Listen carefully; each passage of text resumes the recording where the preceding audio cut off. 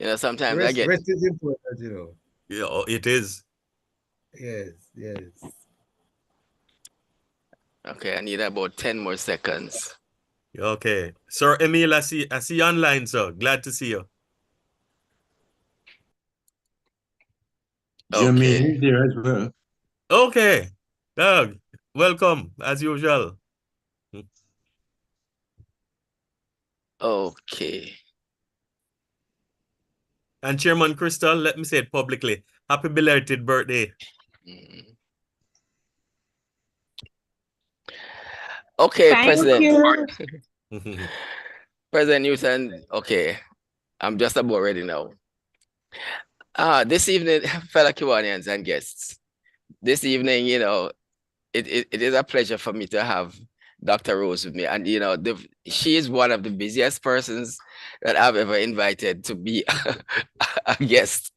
And I guess when you look at her, you kind of can get a sense that she must be a busy person when you know, just looking at her. But even this evening, there's something else that she was doubling up with, and we understand why. I understand why, but let's go. I did not do a formal preparation for let's say for an introduction, because the way we're gonna do it as a conversation first, I'm going to use that the beginning to find out a lot more about Dr. Rose. So, Dr. Rose, welcome to the Kiwanis Club of Kingston. Thank you Were so you much for having me. were you able to put on your camera? No, because when I had it on, I know I can't do that right now, but I will as soon as I get to a location in about 3 or 4 minutes. Okay, Right? okay. But what I can do, good evening, everybody. Thank you so much for having me. And I am happy to be here, even though the start has not been how I'd want it. But that's how sport life is as well. You know, sometimes the start is not so good, but it gets better. So what I can say is sport psychology is very important in understanding or helping to understand how your mental framework impacts your performance on the field and even off the field, especially as athletes and coaches prepare for competitions and tournaments. So I've often been asked, and I'm looking forward to the questions that I will be asked tonight, about if athletes are humans. And sometimes I think that question is very obvious, but because of their supernatural talents and capabilities, we sometimes don't put them in a human zone, or we don't think of them as humans, but they are humans with human emotions, and they experience a myriad of setbacks sometimes and anxieties that can impact their ability to do well on the day when it matters the most. And then you and I, because we have a culture of winning, especially um, when you're from the Caribbean, and I realize that the platform has persons from Barbados, I think I heard, and St. Vincent. Welcome. But once you're from this region of the world, and of course, how could I ever forget my fellow Jamaicans? Lord, I wouldn't leave this one down, but my fellow Jamaicans and just people from the region, it's very um challenging sometimes to compete in this space. Sorry about that. To compete in this space because we have a strong culture of winning. So sometimes, even in fan mode, in fan mode, sorry, in fan mode, and I'm getting directions from coaches and athletes as I'm speaking to you, sorry. We don't remember that you don't want to win more than an athlete. And some of the comments we make are often insensitive. This is not to excuse mediocre performance, but it's really to understand that we need to be a little kinder to the people who represent us in front of a whole lot of people and put us on the map globally. All right, can I jump in here, Olivia? I just wanted to go back a little bit before we got to this part, since we just so that we get to know you a little better. Okay. Let's And now I start can with, turn on my camera. okay, great. Yes. So let's first of all, are you a city girl or a country girl? I'm both because I was born in the city, but I grew up in the country, and then I'm back in the city. So I'm a mix of You're both. mixed. Okay. And in terms of your early, like high school and so on, because people like to know which school people went to, which one did you go to? Okay, so I went to Westwood High School. My This is mother went to better, Westwood. right? I went to Westwood High School, and for the people who are not from Jamaica, that's the only school in Jamaica that wears a straw hat, a Jiffy Jumper Yes. straw hat. I know it. And I went to Manchester High because I don't really want to forget that part either. So I went to Westwood for from first form to fifth form, and then sixth form at Manchester High. Okay. And you have a PhD, so I know you went to university. So was that you locally? Where did you? So I studied, my first 2 degrees are at UWI Mona, and then I went to the UK, the University of Leicester, to do the terminal degree, as they put it. Okay.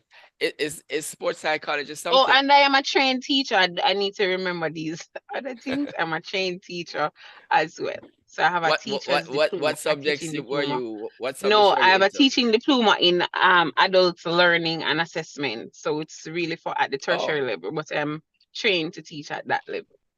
Okay. So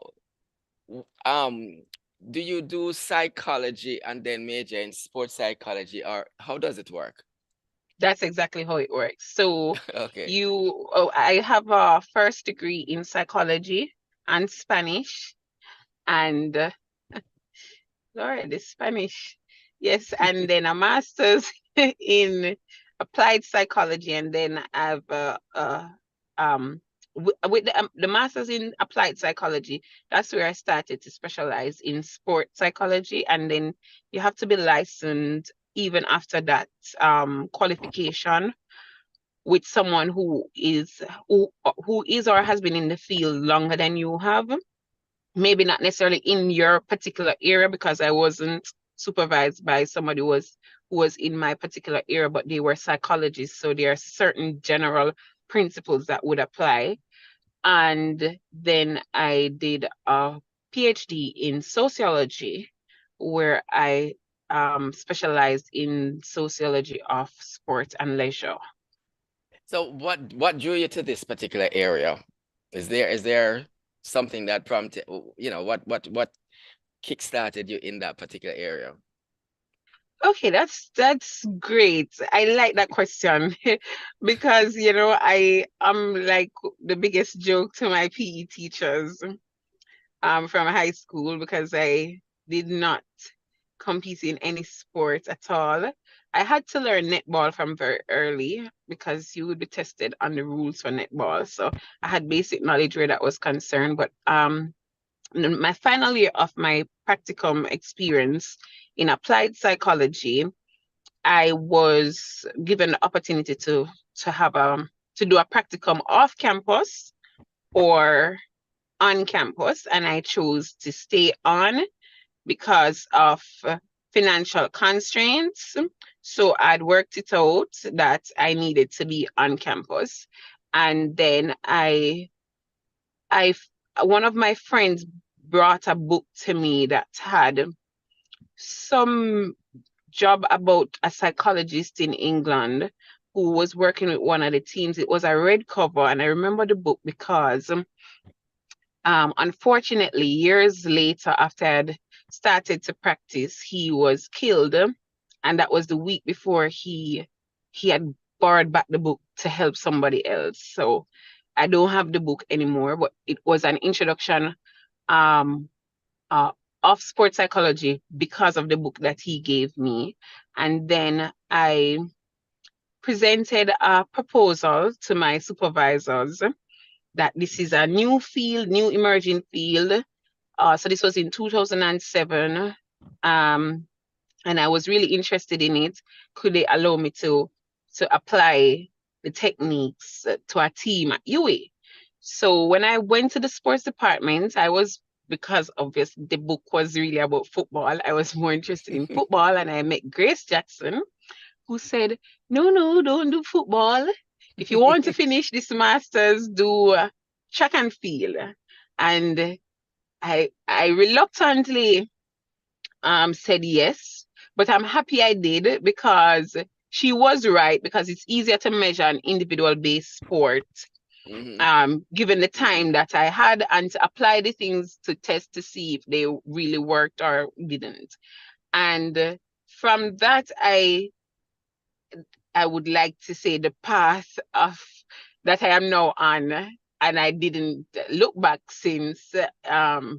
That's how it started. So what I knew is that when I started working with the track athletes, I got, I don't want to say the universe, but it's the universe, God. I do believe in God. The way was just open, where I got books, and I got more information, and people were interested in what this new field was about. Plus, I got the opportunity to teach and learn simultaneously, because I was never an athlete, so I had to learn a lot of things from the athletes and then apply. So it was like a dual experience where, I would teach. So it was a trade-off. So they were very receptive then, even though they did not really achieve anything on the field. But it was a really good experience. And funny enough, I remembered from that experience, Shelley had come to talk about, Shelley and Fraser Price, well, she was Shelley and Fraser at the time, had come to talk about believing in yourself, because I wanted another athlete to do it. But because I was new to that space, the athlete that I had asked said that they were unavailable and they had to report to their coach, and they were very, high tech and well known. So I went back to Miss Jackson. I said, Miss Jackson, I can't get anybody to talk about believing in yourself and so on. And she said, don't worry, man. That little one over there, go to her and ask her. And she was very receptive. Nobody knew who she was at the time. And then she said, and she sent a poem about believing in yourself, and if it was in line with the theme that I wanted her to cover, because we call it self-efficacy in sports psychology, which is your ability, your belief in your ability to achieve or do something. And she did a very good job.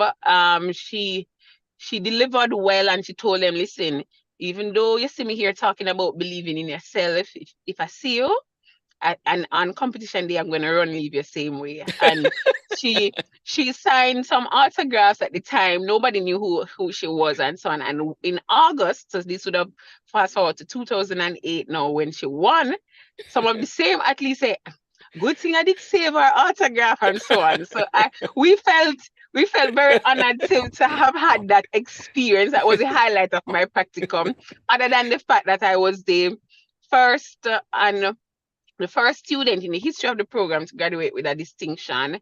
And so I continued working in that space for free with a master's now for a year, and I've never looked back since. There have been many hurdles, especially when you are a Black female, and there are times when the Black is even more obvious, especially when I have to travel in this space, because it's one that's filled with people of different, mostly white. But sorry, people. how would that impact you? Because you are still dealing with our own team. So No, it how does does. it tell us? It That's what I wanted to it understand. does significantly. I'm so happy that you asked that because well, even most recently, I just came from a conference in November, which is the British Association for Sport and Exercise Sciences conference, and I was one of two Black people there.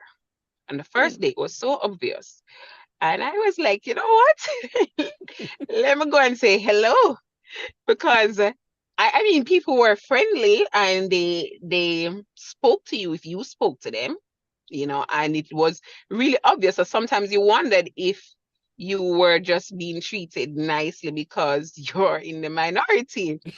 Um, and because I studied in the United Kingdom, it's gonna be obvious now that I am Black, but also at home, I am aware, not necessarily that I am Black, because that I know, but more that I'm female and I am of the Caribbean.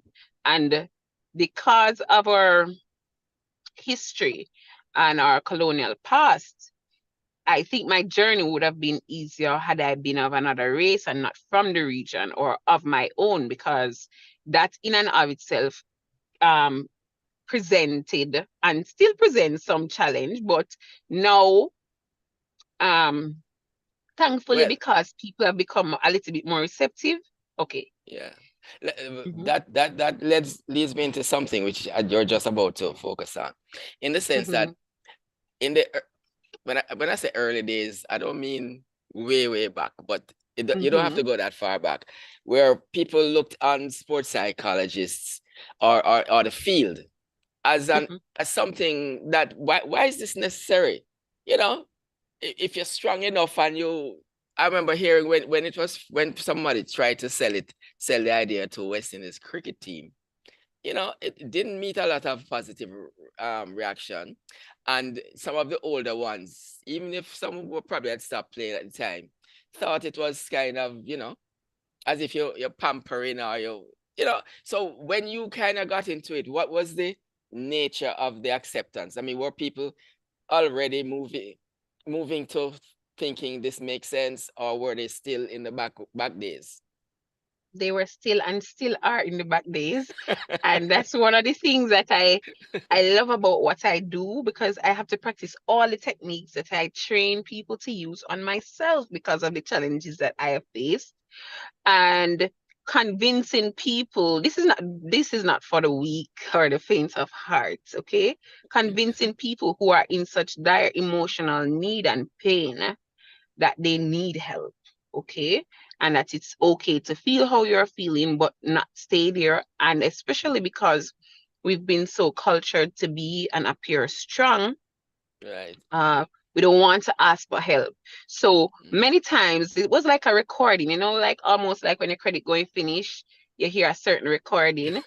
Whenever I started to introduce myself, I would always have to say, working with a sports psychologist doesn't mean that anything is wrong with you, although something can be wrong with you. But anyway, it simply means that you want to maximize your performance on the day when it matters the most, which is competition, right? So I always had to repeat that little line all the time because of the notion of what it meant or even still means to see and work with a psychologist generally, much as more sports psychologist. So I remembered when I just started again, even during my practicum days, and Miss Jackson would say, okay, we have the sports psychology intern, as I was at the time. And immediately the athletes would say, I don't want nobody to work on my head, or where she a go. And it's almost like you're saying, listen, I have some good products that you have that you need. And it's not at even an expensive cost, and you just shame the person run them. This is not for anybody who gets daunted easily. And even recently, as recent as yesterday, a school called me and said, you know what, Doc, I just wanted to come and give a little pep talk. I don't do pep talks. I do a program just as rigorous as the coach because training your mind is not a one-off thing. And then they'll say, you know what? I bet you never worked with this team before. Come and work with us for free. Or and it's been an interesting journey. But I love what I do, and one of the reasons I could start the way I wanted to start is because I was around a group of Bayesian cricketers who are visiting, and they're my colleagues. So whenever I'm in Barbados, they take good care of me, so I couldn't not extend the same welcome. And so, you know, it's when I was listening to the welcome, I was happy to know that there are people here from the region. So it's been challenging, but we still make it work. Now, I don't know if granted when you mentioned Shelley, that was in a different context, but Mhm. I don't know if you would be at liberty to mention. I suppose you couldn't probably mention individuals who you have helped, because then No, I that's a can't. personal thing, that's No, confidential between that's doctor, confidential. right? Mhm. But in terms of in terms for us to understand just examples of what kind of what kind of things you have to convey, give us a hypothetical type of situation and how you would treat with it. So the situations vary, and for example, helping an athlete to overcome a physical space, so like they can have anxiety related issues regarding competing at a particular stadium or at a particular um, venue or wherever the event or the match or the game is being held. And if they believe that every time they compete at this particular location they're gonna perform poorly, then it poses a challenge, because then the innocent venue has been classically conditioned. I try not to use a lot of the terms that I am familiar with because I understand the audience is large. So I'm trying to break it down so it's easy to understand.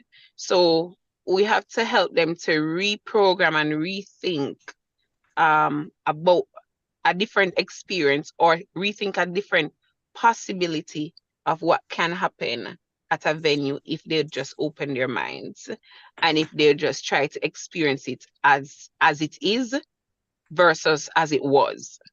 And this, by the way, is not a one-off situation. It takes time, and it's a process that they can that they'll do well at. Sometimes they'll regress, and so on. I will keep going and working through it. Also, I have to help in making critical decisions.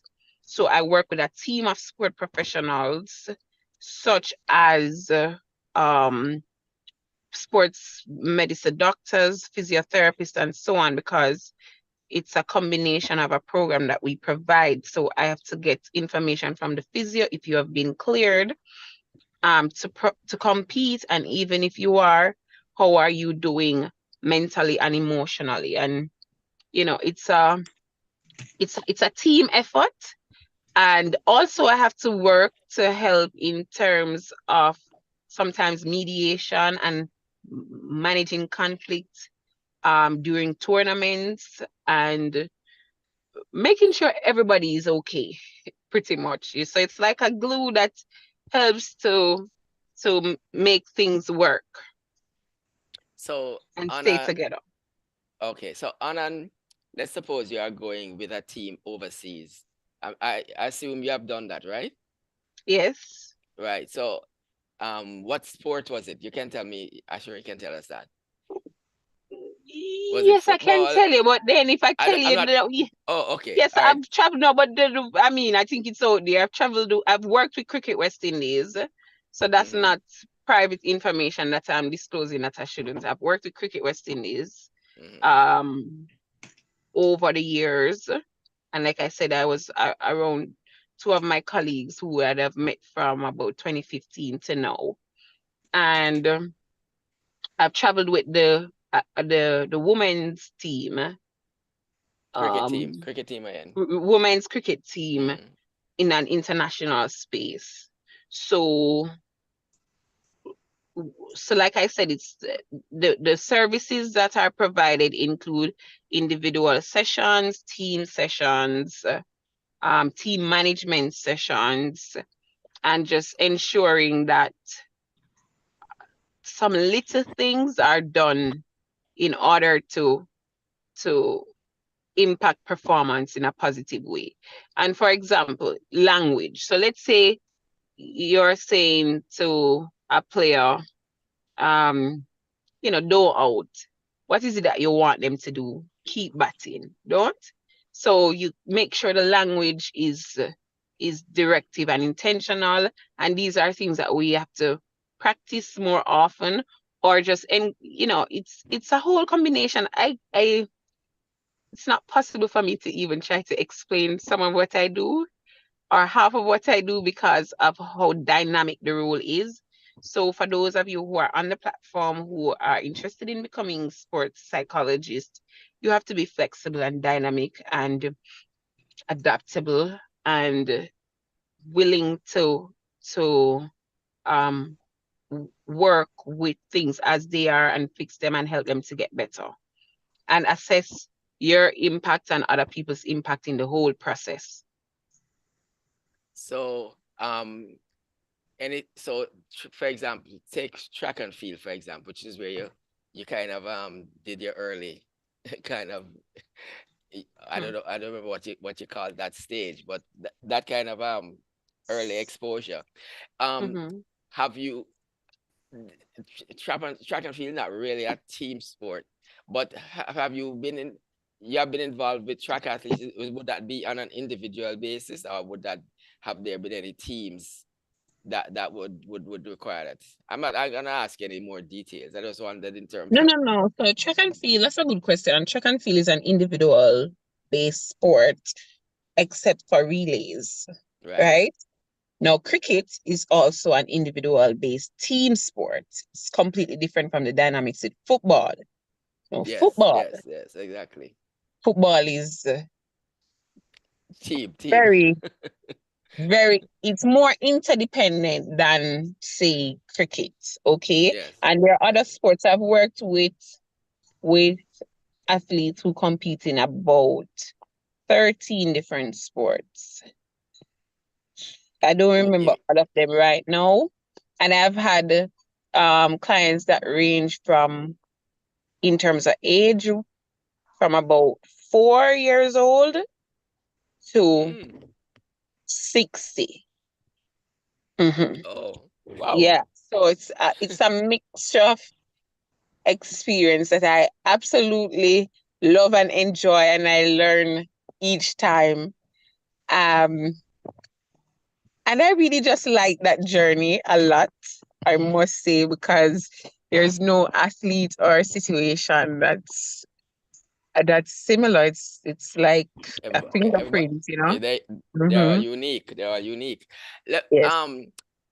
What role do the coaches and say managers play in terms of bringing something or a need to your attention, or is that how you get to know that somebody needs attention? Is that how it works?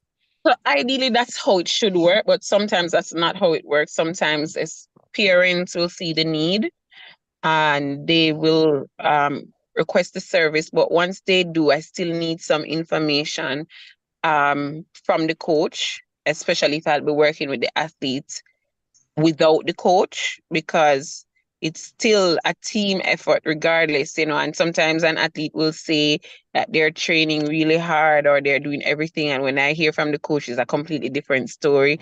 So it's really about um working together and as sport professionals to ensure that the athlete gets the best out of the program.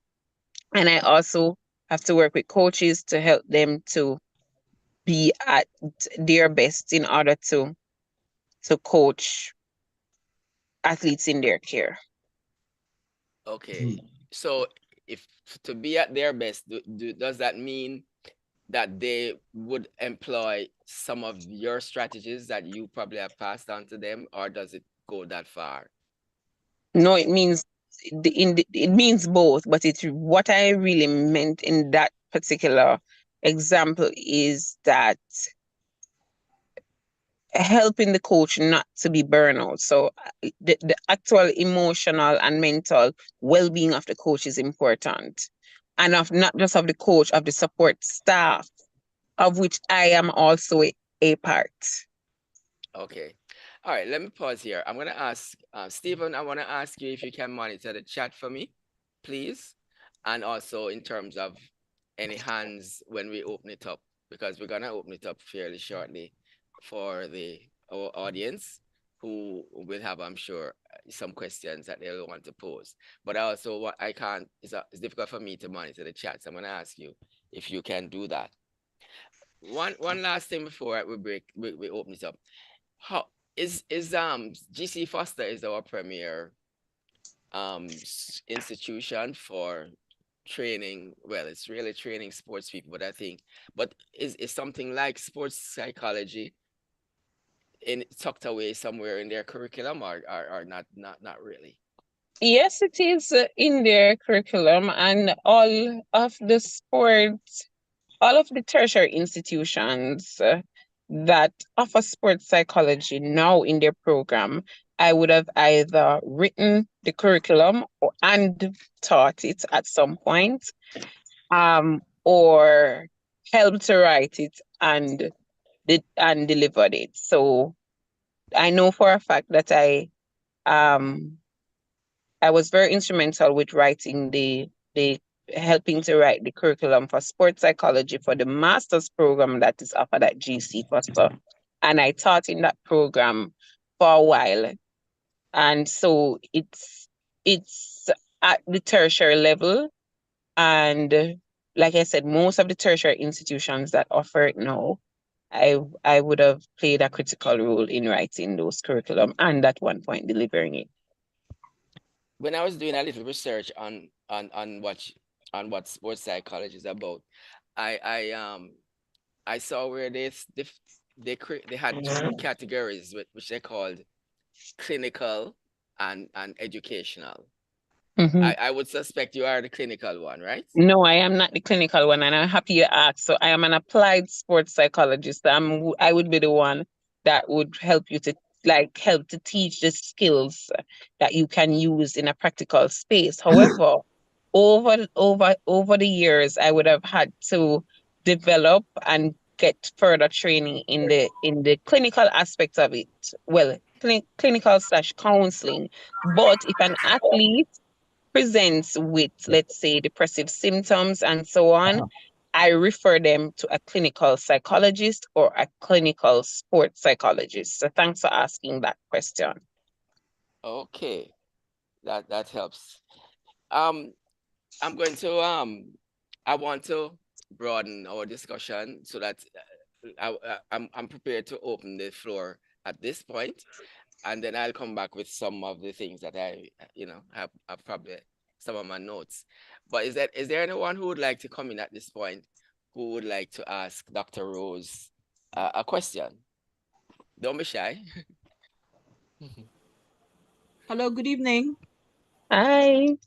Hi. Yes. Okay, sounds like Cleo. Yes, I'm a visitor. My name is Cleo Bell Lewis. Good evening, Dr. Rose. Thank you for Good evening. your time today. I was wondering, two questions.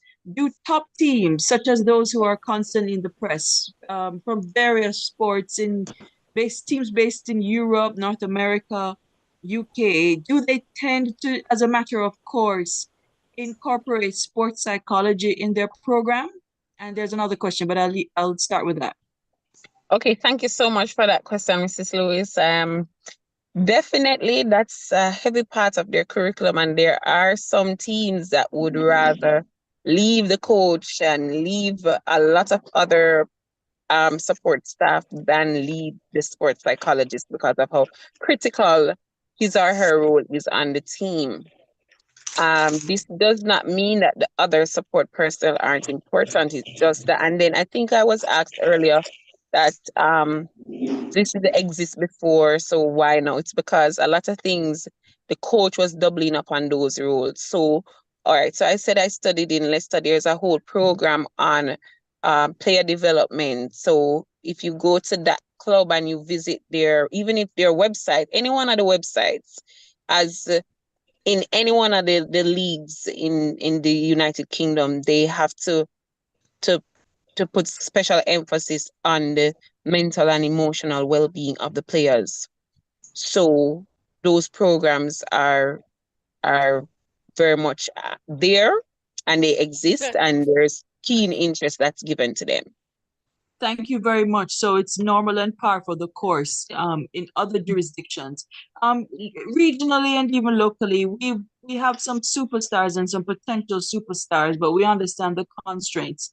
Well, where we don't accept them. I mean, we have limitations that we've allowed to dominate how we progress. But anyway, do you think sports psychology would have been making a difference to teams such as West Indies cricket? And do you know if that has or will be incorporated in their program? So it has already been incorporated in their program. I used to work with Cricket West Indies, the women's team and the men's team, but they have different person that would deliver the programs over time. And there's a standard program that each psychologist that is coming in would be trained specifically for and administer. So they do have that component in their program, but not because the program exists means that you're going to always see a win. Remember, it's about developing people, but the program does exist. I know for a fact with Cricket West Indies because I've been a part of that program. And there are other international teams that have that program. Okay, sorry about that. Okay. Mhm. Okay. Is that okay? You got your answer clear? All right, I see another hand up. I see, is that Marcel? Can you go ahead, Marcel? I see your hand up. Yes, I will. Okay. Good evening, Dr. Olivia. Good evening. I know you had said earlier on to shy away from individuals, but this is a question, is a puzzle I've always had in my mind concerning a particular individual. I can just Everybody, imagine. But I'll wait on your question. everybody knows about it, but it's a general thing. It's a suffer. The thing about tying up. If it's at a psychological problem, especially on a big occasion, and I ask it that way because I remember it would have been years ago, and I'm asking two questions in one. Because I know there are some persons on the big occasion seem to not have it. I remember being told champs in Jamaica, right, on a Saturday night is one of a big event, eh? And the psychology of it, I think at the time, I was told I was going on the field, right? And I remember thinking about it after. I think it was psychological. One of the instructions that was given by the coach, especially for the persons who are going for the first time, said, don't look in the crowd. Do not look in the crowd. Just stay focused. So my question is, how much does the large crowd, the huge crowd, have on an individual? And is there such a thing as tying up because of the crowd, the big occasion? Like what some of us thought a surfer did. And was that a psychological problem? Okay, so I will not comment any at all on Mr. Powell, but I can answer the question regarding how athletes are sometimes choke. We use the term choke Sure, yeah. on under pressure Yes. because of competition anxiety. So they don't perform as they naturally would. And this is Yes. something that happens to some individuals, again, at different stages in in their career, Yeah. or at different places. So like, as you said, sometimes it's big events for some Yes. people. Sometimes it's gonna be just by virtue of venue. So they'll beat another team that's way that's difficult, that's Yes. not that they consider at a easy venue, whilst Yes. they'll beat a lower level team. They'll not be able to beat a lower level team because of the venue where the Yes. match was played and so on. So there are different reasons that Mm. can cause an athlete to choke and not Mm-hmm. perform to his or her best Mm. capability. But like I said when I started earlier, nobody wants to win or do better or do well on the stage than an athlete. So don't think you as the Mm. fan sitting on the Yes. sideline want it more than they do. But these are things Yes. that happen. It's like an examination. Some people will do well in class for mid semesters Yes. and small exam, but the big exam that's probably not even as difficult, Yes. they're overwhelmed with anxiety and they're unable to control it, and it Yes. debilitates their performance. And it's the same thing that happens with athletes. So could somebody like you deal with and correct that? That's the Correct. question. That's so somebody like me and a Yes. team of people like me Yes. and other persons, because remember, this is a support nexus. It's Right. not just one person. Mm. Will help over time. Please note over time, Yes. because Yes. everybody wants things quickly and Mm. instantly, Mm-hmm. to overcome some of these. Mm-hmm. But one of the most important things is that the athlete or the persons working around the athlete or athletes Mm-hmm. need to be aware and identify and Yes. acknowledge, hey, this is a Yes. problem, Yes. so that Get you. we can work towards Work on it. collectively trying to fix it. Get you. Get you. Okay, Okay. thanks, Nice. Marcel. Let me go to President Newton. I think you have your hand up. Yes, thank you. Thank you, DP Stu. Good evening again, Dr. Rose. Good Um, evening. I know you touched on it before, but I just want to clarify something. We know that us Jamaicans, once you mention a psychiatrist or a psychologist, we tend to run Mhm. for cover because we don't want anybody to think that we're mentally weak. Um, Yes.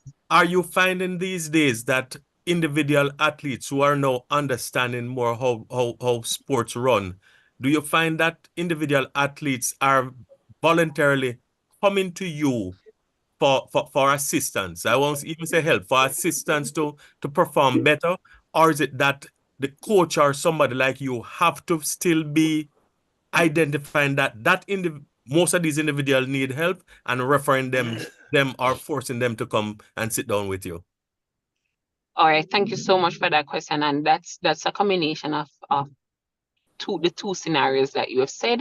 And I must say, even if they are referred, I remember a time, especially in 2008, where nobody would be referred. So I'm happy for the referral when it comes.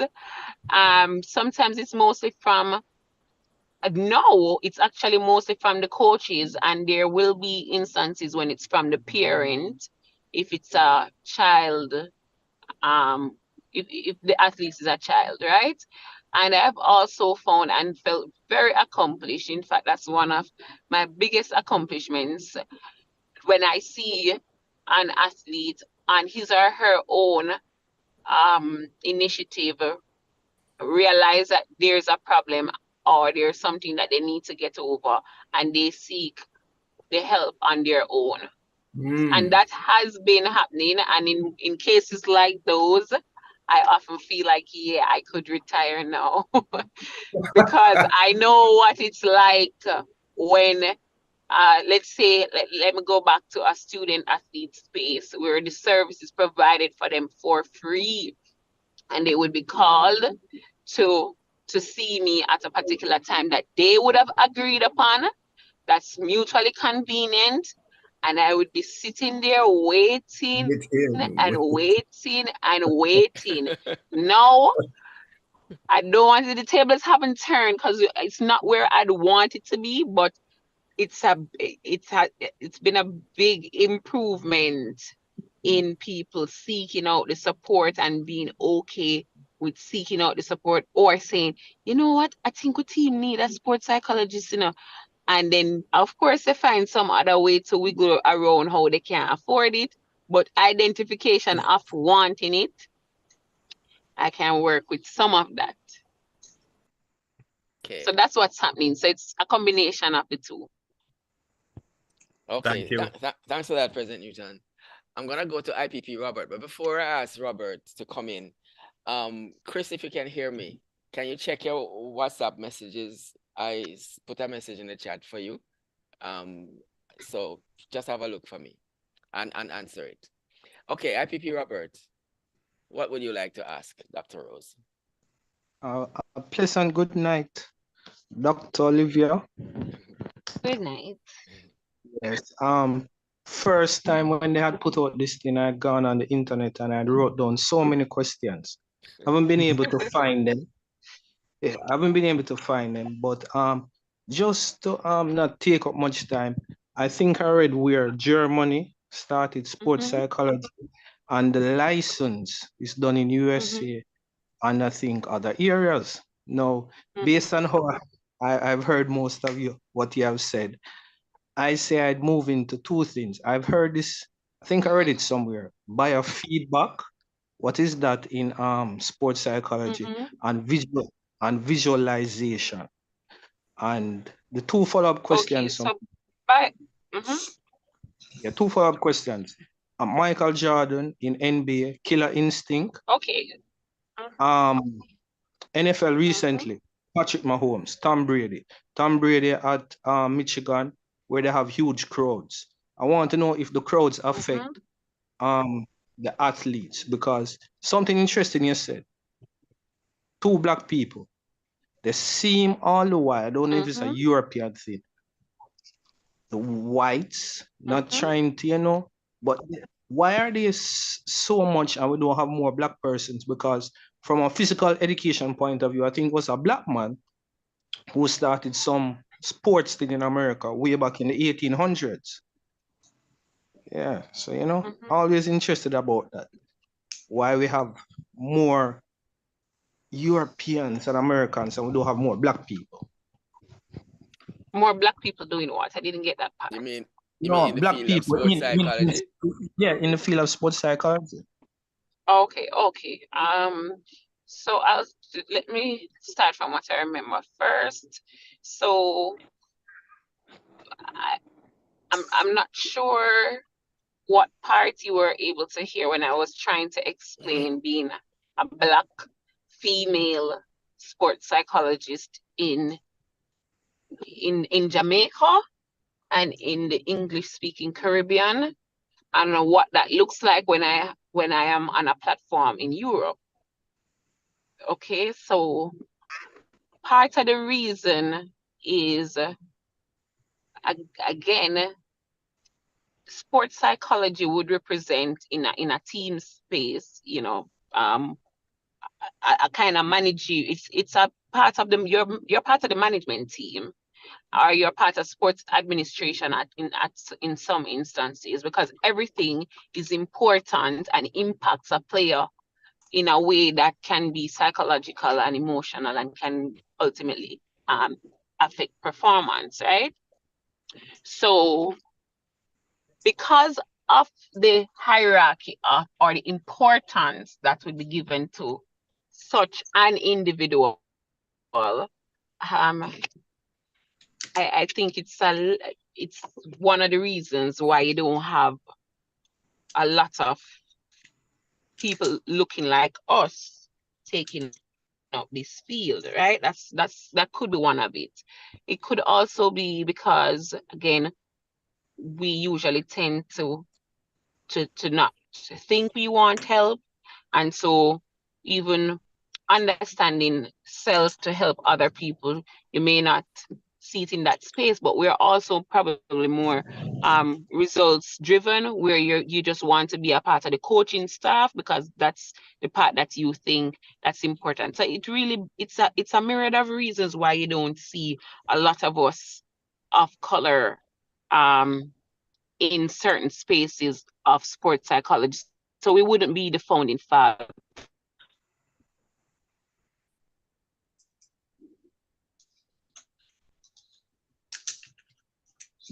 Did we lose? There's a Trinidadian psychologist, Dr. Margaret Otsley. She was the first Black woman to be on the cover of the APA magazine in terms of her being a sports psychologist. And there are now people of color, because I know quite a few of them, and they practice in the United States and some in other parts of Europe. So biofeedback, as you asked, is a type of mind-body technique where you use to control some of your body's functions, such as your heart rate, breathing patterns, and muscle responses, right? So it's first of all, we need the technology to be able to carry out some of that, right? And some of that kind of technology and equipment we don't have here in the Caribbean. You ask about visualization. Visualization is a component of imagery, and imagery has to do with all your 5 senses and helping the athlete to see a state that they'd want to be in before it actually happens. So it's like a mental rehearsal of where you'd like to be. So sometimes an athlete can visualize themselves at the end of a race, and a lot of people doing interviews with them, which would mean that they would have been successful, and you ask them to think about what that interview is going to look like, how you're going to feel, and that kind of thing. So can you see yourself in that little movie there? That's pretty much what it is. And I think you said something about Michael Jordan that I really don't remember. So No, could I you said the repeat that killer part? instinct, that MJ had, and when he was at Chicago Bulls, when they showed the clip, The Last Dance, awful, wasn't really a good team player, but he had a killer instinct. So I remember, when he came to a game 6 or 7, he didn't make it past. So most series he tried to end either on his court, Chicago Bulls court, or on the other person's court. So I know that that part I mentioned because I know that sometimes the pressure. So I remember when in the initial stages in the NBA, in the 90s, when he was a global person, I'm just wondering if behind the scenes, he had a sports psychologist It's because possible, but I don't know. I don't know if he did or didn't. And even if he didn't, there were persons in his life. Remember, I said it's a team effort, your support system. So I'll use a simple example. Sometimes an athlete wants to get a message of reminding them to do well, a message of encouragement and somebody believing in them that can help. And usually they do have that in different persons, not necessarily a sports psychologist, which doesn't mean that is the only thing that they need. But there were elements of sports psychology that would have been provided to him by other people around him or through circumstances. So we want athletes to be resilient, to have grit, to be disciplined. All of those are mental skills, but you have to learn them over time through experience. So it's not like he didn't have those things. And with a sports psychologist on the team, it just makes it a little bit more deliberate, a lot more deliberate, sorry. Okay. Thanks for that, Robert. We're gonna move on to someone else. IPLG, Jocelyn, I think your hand is up next. Hi, good night. Thank you so much. Mhm. I think I would like to say to Dr. Olivia, an excellent presentation. I think I have more of a statement than a question. I know that we're talking about sports tonight, but I really listen to it because I always want to hear what I can learn, because actually this is the field that I'm in. But I wonder sometimes, and I know we talk a lot about the West Indies cricket and everything else, but I wonder sometimes if people realize that, say, criticism, negative things, and the negative press, etc., can impact on an athlete or anybody's performance if you're getting criticized in the workplace or whatever.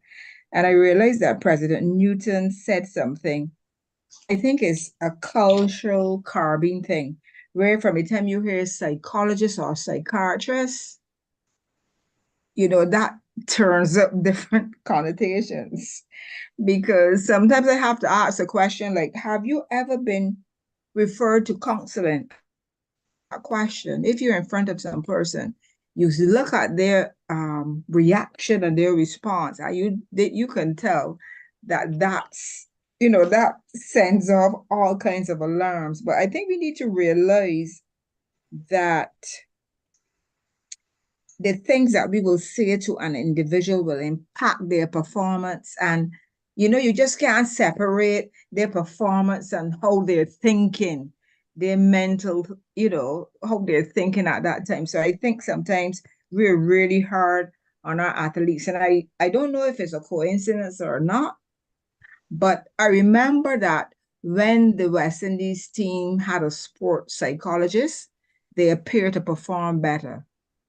I don't know if the statistics will prove that, but I think that we as individuals have to understand, our words, what we say to people, whether it is in performance, in your sports, in your job, in your daily living. So I think we need to be mindful of the words that we say to. Okay, thank you. Did you want an answer, or you just wanted to express that view?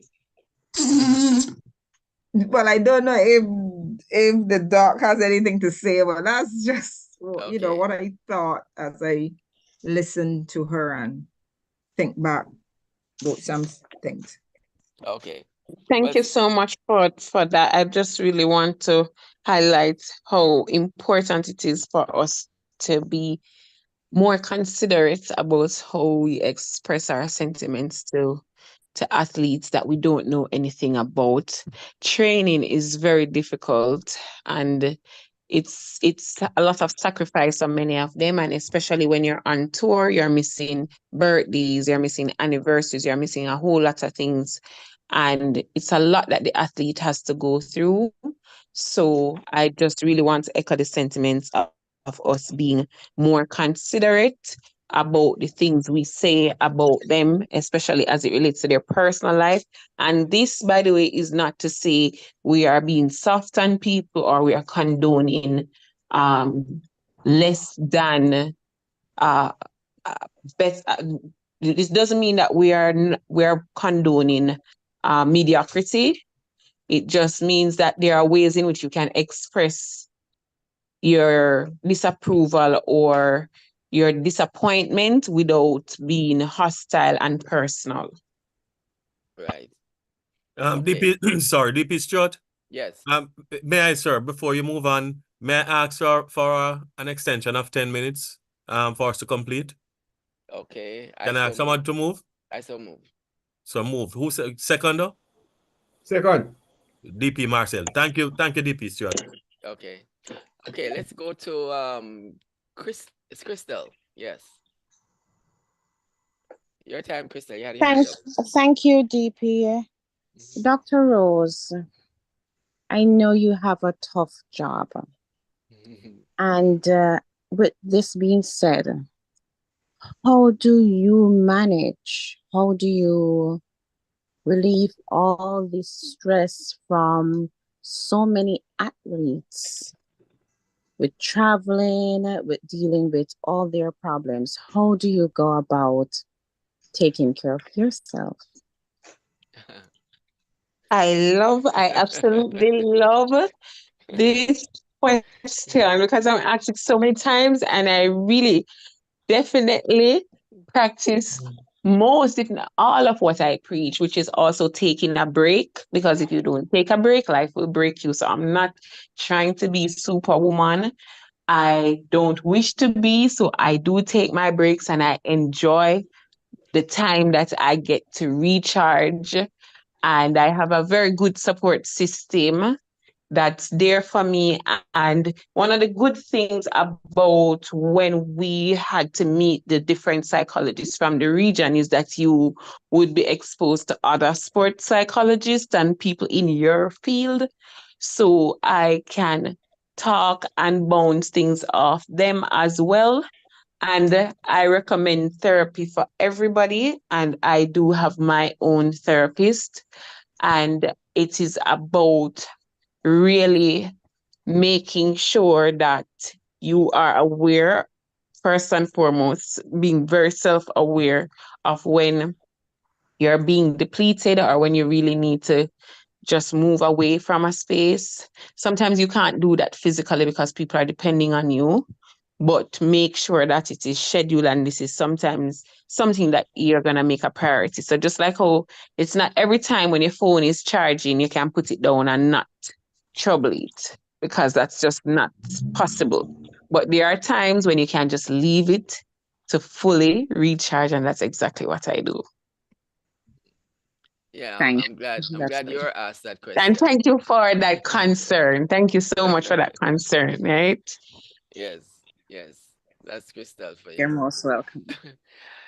Claire, is your hand up? I'm not, it looks a little, it doesn't look as bright. The hand doesn't look as bright. Yes, Okay, go thank ahead. you. It is up. Yeah. One more question, Dr. Rose. I noticed that you appear to be quite a prolific author based on the books I've seen when I searched your profile.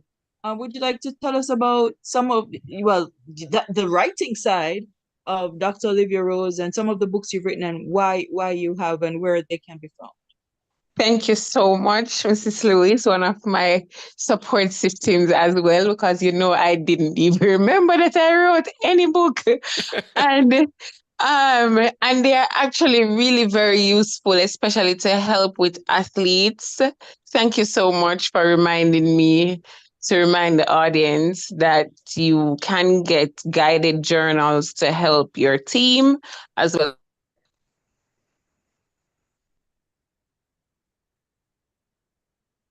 You tripped out a little. Babe, she's chipped out. I've placed some links in the chat with some of the books I found. Sorry, DP. It doesn't seem as if I think she has muted herself.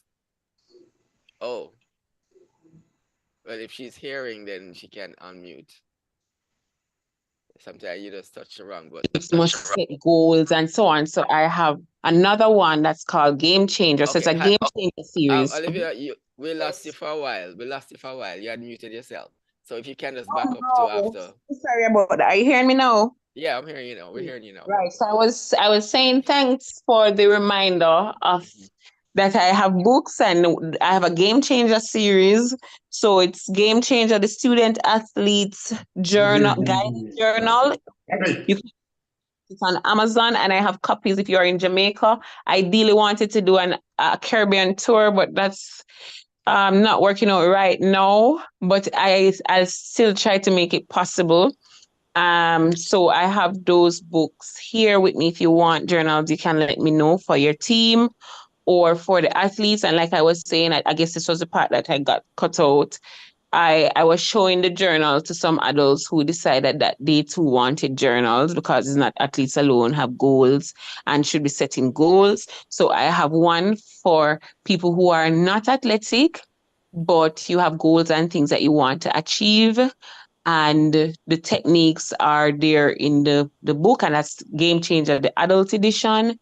And I've co-authored the ABCs of Caribbean sport, marketing, and psychology, and that's applicable for CAPE students.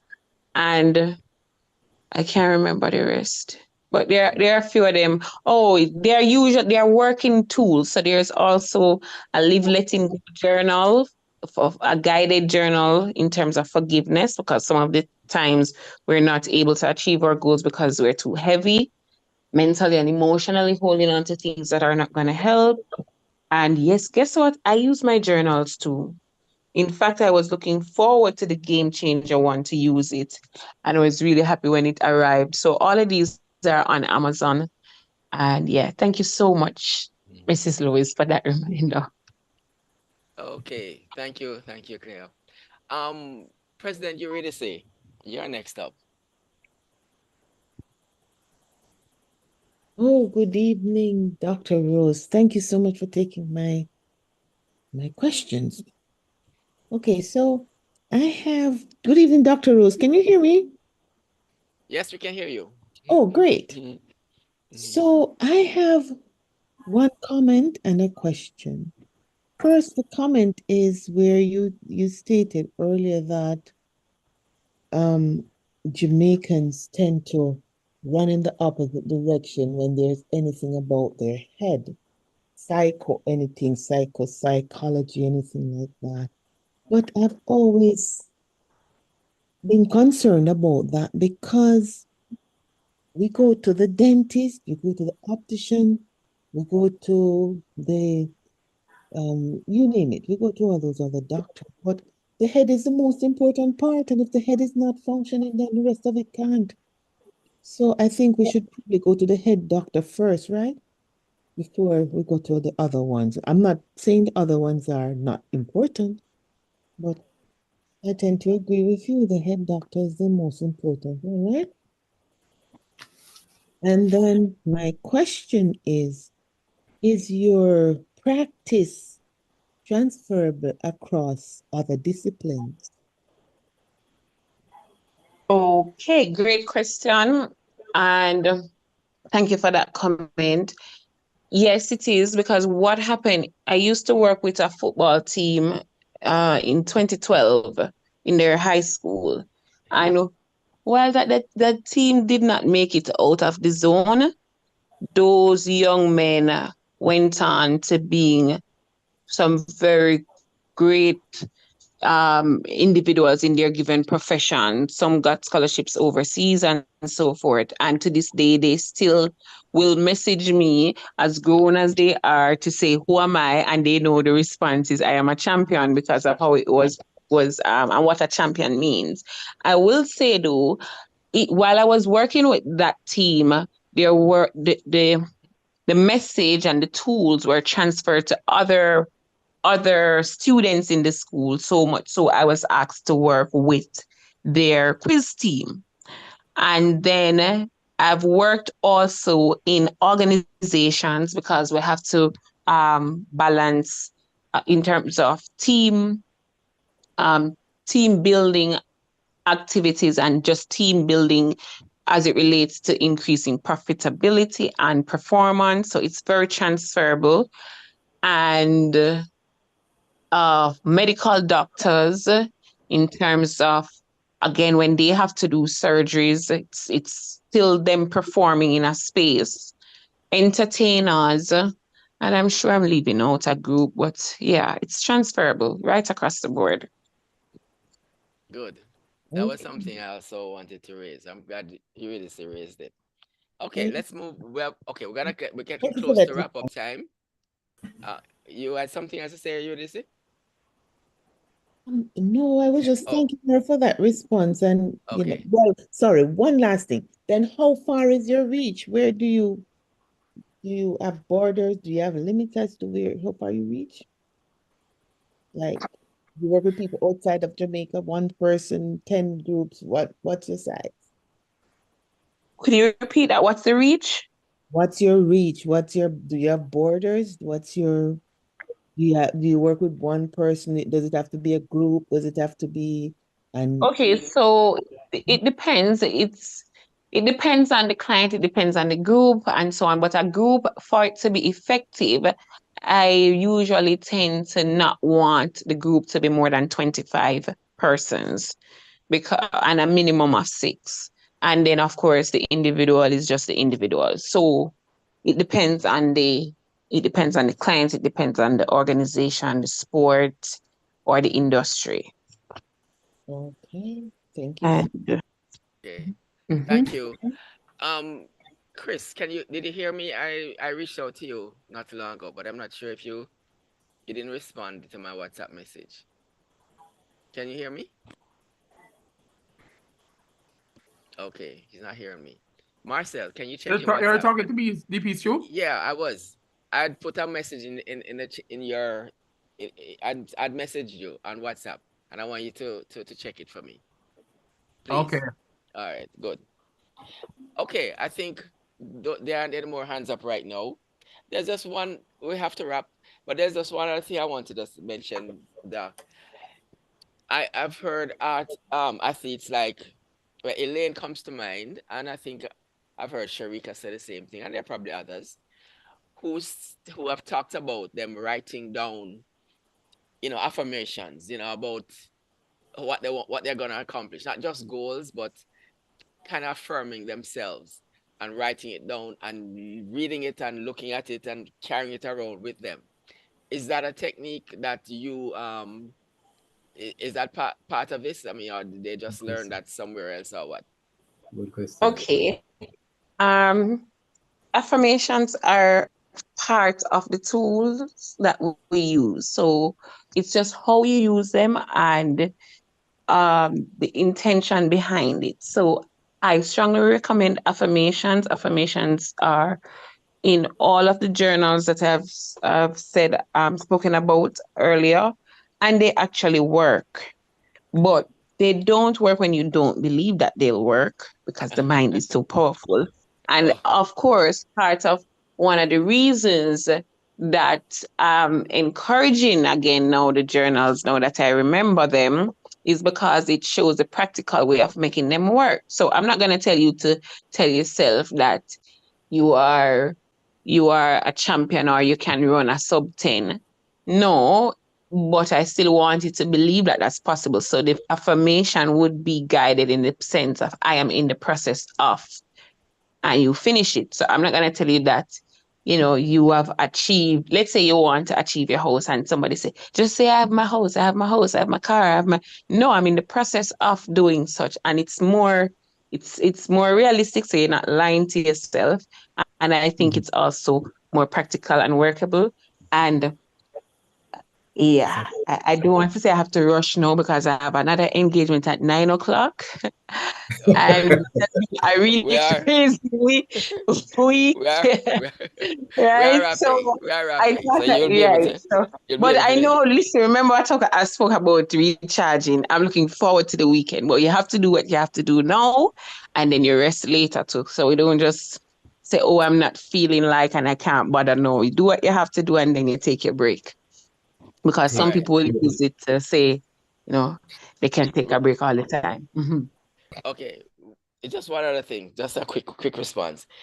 Drugs.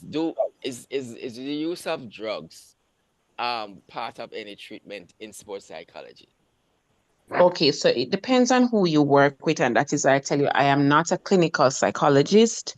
And as it relates to drugs, we refer, including the clinicians, have to go through the sports medicine doctor, not just any doctor, because there are some things that you can be prescribed for your physical health. That's okay in the general public, but it's on WADA's ban list. So you don't want to get yourselves in any problems. So we go to the specialist. Okay. So I don't speak out of my area of competence or training. So what I do is there is always somebody in that department. So first of all, I don't prescribe any form of drugs. So let me just get that out there.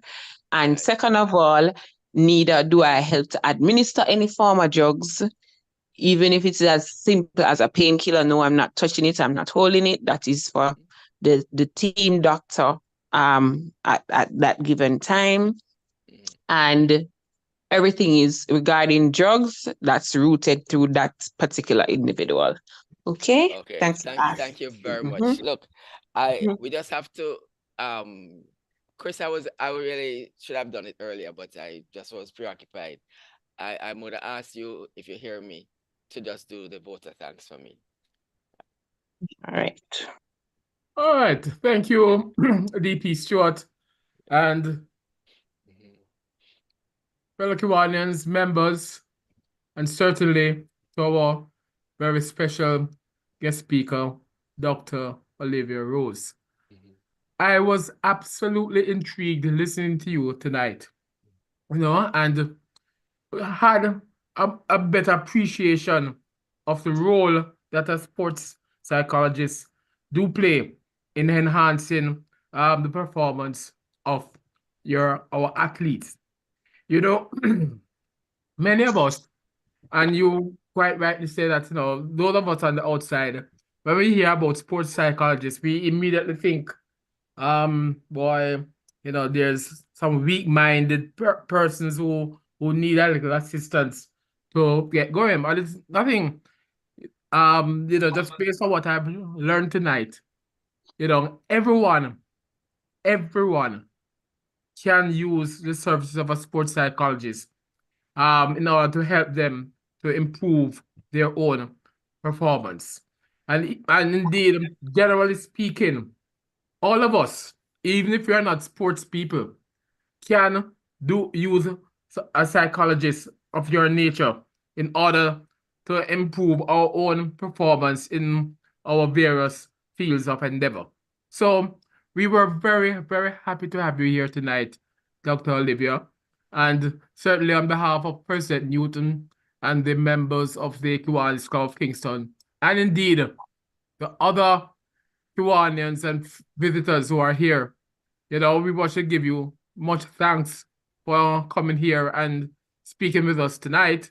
And we have a certificate prepared for you for, in recognition of your contribution to our club, given this 13th day of February 2024. And we will ensure that you get it delivered to you at a convenient place and time. Thank you ever so much for coming tonight. Thank you so much. Thank you for having me. Thank you very much. Back to you, President Newton. Okay, thank you, Dr. Rose, and I hope we didn't cause you to be late. I hope you're a sprinter. In this case, I have to be. Thank you. Okay, thanks again. Amen. Okay, at this time, we'll call on our Sergeant at Arms, Chairman Zuri Johnson, to take charge. Is the Sergeant here? Okay, I don't remember seeing him online. So, members of the Kiwanis Club of Kingston, we're going to ask you all to just donate $300 to the coffers. Please remember you were here. Please pass it on to Secretary William. And so we will ask Secretary William now to lead us through notices and announcements and interclubbing opportunities. Secretary William? You're muted, still muted. Yeah. Thank you, President Newton. In the interest of time, I have 3 notices. First, a reminder to our members that this Saturday, the 3rd Saturday in the month, we have a breakfast feeding program at the Marie Atkins Shelter. That's at 9 o'clock. On Sunday, which is the 2nd quarter Division Council meeting, and this will be held at Kuna Mutual Auditorium, Manhattan Road. Registration begins at 9 o'clock. And I'm urging those members who have not supported us at any of our Division Council meetings to please turn up. I especially address the new Kiwanians this morning. They have promised to faithfully they'll be there on Sunday. And lastly, the Eastern Canada Caribbean District Convention. Gentle reminder, May 16th to the 18th. Early registration is now $235. That ends, Canadian dollars. That ends on the 25th of February. We are looking for good support from our members. Remember, we have a lieutenant governor from our club. We have 3 candidates from Jamaica who are vying for positions. And so far as accommodation, we have secured 2 villas, one is a 3-bedroom villa and 5-bedroom villa in close vicinity in Iron Shore. So those members who want to go, please let me know that I can pass this information on to the convention chairman, who I understand is distinguished President Junior Stewart. In respect to interclub opportunities, I will circulate those in the morning. So over to you again, President Newton. You may have one or two announcements from visiting clubs. Thank you. Okay, thank you, Secretary William. And as Secretary William said, if there's any other club online that has an announcement, please go ahead and make it now.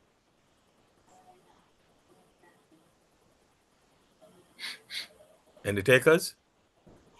Okay, well, let's move on then to DP Marcel with our thought of the week. Thank you, President. And in keeping with our previous commitment, I do it in standard English, and then as we're all bilingual in the Jamaican language.